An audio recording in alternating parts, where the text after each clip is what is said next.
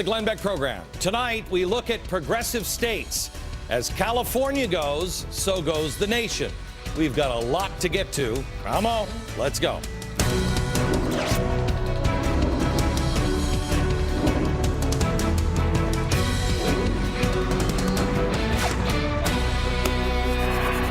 Well, hello, America. Tonight's special focuses on what makes states with progressive policies, what puts them at greater risk than states with more conservative ideals, and who is in deeper trouble.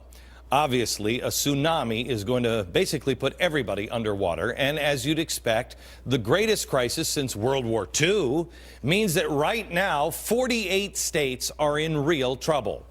But there's a big difference between states that will almost always be at risk for going underwater, and then those that are better able to weather the storm. That's based on progressive policies. How progressive are the policies of some of the states? If you look at the states that the Pew Center ranks as the most failing, you're going to tend to see some stuff here. California, Rhode Island, Michigan, Oregon. California, in terms of budget and the debt, look at the debt. Several other key factors. Rhode Island, Michigan, Oregon, all very progressive states. But if you go down the list and you keep going all the way to the bottom, some conservative states pop up. And you might say, wait a minute, hang on, look at this, Wyoming, Nebraska, Texas, Montana. Well, what about Arizona and Nevada? What about those guys? Well, despite conservative policies, the real estate market collapse most seriously affected Arizona and Nevada. Like I said, a tsunami puts everyone underwater. Other states, meanwhile, were running into trouble even in good times. Why? I mean, have you looked at the policies of California? The progressive taxes, almost an 11% income tax just for the state, and other anti-business practices. These states are not only heavily taxing the rich and spreading the wealth, but they also spend like the times are always going to be good. It's always sunny in California. They don't have rainy day funds that can help get them through tough times. No, they pretty much need all of the times to stay good, and probably even get better just to stay afloat. Progressively ramping up their spending has been their real big problem. I've said for a while, as goes California, so goes the nation. California ain't doing so well. It's not any surprise that California's high taxing, high spending, and quite frankly, obliviousness to future concerns sounds a little like what we're doing with the federal government right now. But unlike the government, which can borrow money from the Fed, states start to shut down and start issuing IOUs. In each case, the progressive states counted on the high earners' revenue and the big bonuses, like here in New York. When those things didn't come through, big trouble. Now, here's the good news for New York. New York's foreclosure rate happened to be really low. Why? It's damn near impossible to actually buy property in New York. And so New York wasn't nearly as high on the Pew Center's list as you'd expect. They're still in huge trouble, along with New Jersey. Actually, with all of the states that are reliant on heavy earners, not only do you see a lot of volatility based on market swings that we're in now, but also the millionaire's tax doesn't really work. Look at the volatility of California. Look how the tech bubble and the housing bubble totally wrecked their plans. They drive people out of the states. Here they are. They're just driving people out of the states. Rich people are rich partly because they know how to protect their money. Why would you live in California? If states become too progressive, they go to Texas. And if Texas would become too progressive, they'll just take their money overseas. All this leads to the Northeast being known as the economic black hole. How's business up in the Northeast? Compare now the financial situations of those states in the most trouble with the states that are in tougher times than usual, but far closer to recovery. What you'll find in states like Wyoming and Texas and Nebraska and Montana, North Dakota, that they are generally better able to weather the storm because they have conservative principles. States with broad-based taxes, with low rates, are going to go through downturns. But they're not so, they're much less reliant on the rich people continuing to earn. So they spread everything out. You'll also find a much less of a union influence in these states than these states. Some other states that saved when good times were happening are Florida, Indiana, and they're now doing much better as a result because they had a few dollars in the bank. Here's something else that I want to show you.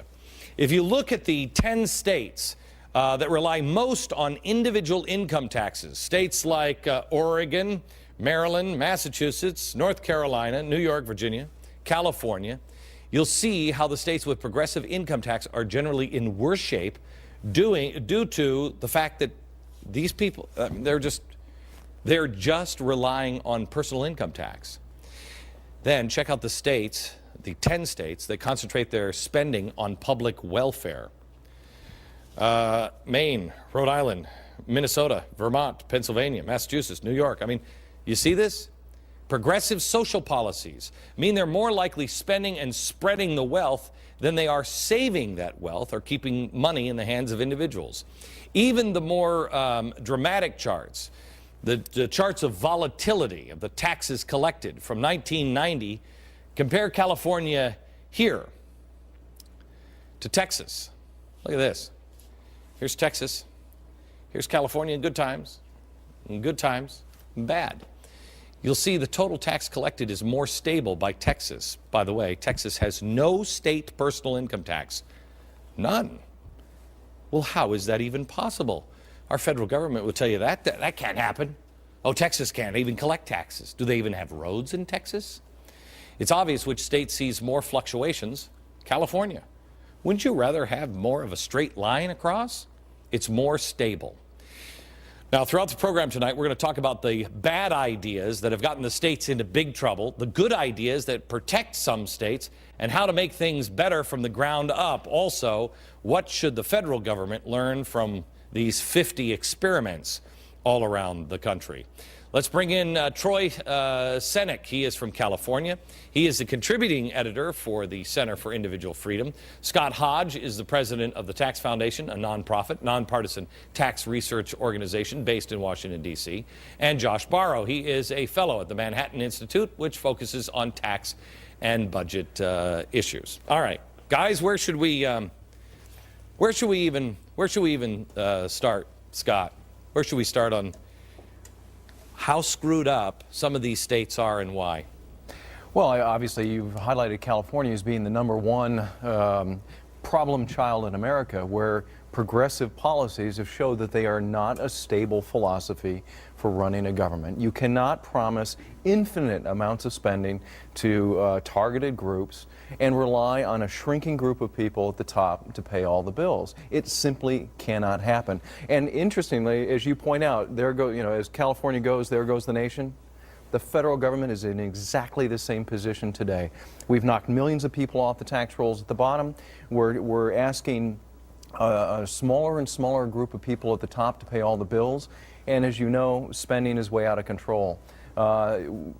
California is the example that we don't want to follow here in Washington. And we are. Troy, let me go out to you in California. I mean, I have a hard time, honestly, feeling bad for California. I actually, when I think about California getting bailed out, makes me a little angry. I've always wanted to live in California. I think California is beautiful, love it, but the people that are running the damn state are insane.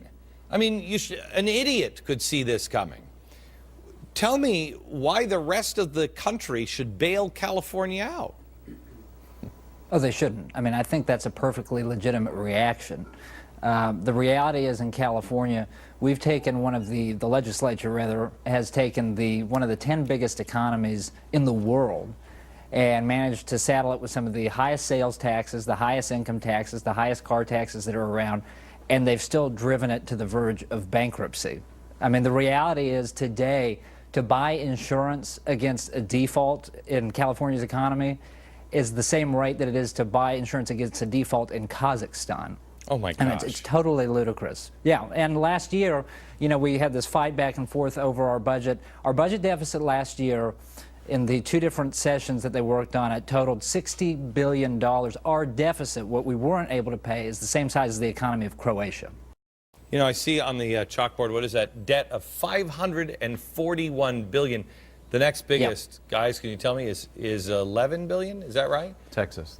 Texas is how many? 33 billion. 33 billion. I mean, that's staggering. Now, help me out, Josh, on the rainy day funds. Right. Who saved anything? Well, California hasn't saved much of anything. I mean, you were talking about these states, they can only make things work in good times, but California couldn't even make things work in the good times. They haven't really balanced the budget in 6 years, in times when economies were strong and most states were humming along very well. California has a tax system that is very dependent not only on income tax, but on income tax on high-income people. And when those returns were coming in strong and they kept growing spending very fast, much faster than the economy or personal incomes grew, but even faster than could be sustained by the revenues in the good times. So it's no surprise now that the economy is bad that California is just a complete fiscal disaster right now. It's a crisis of their own making.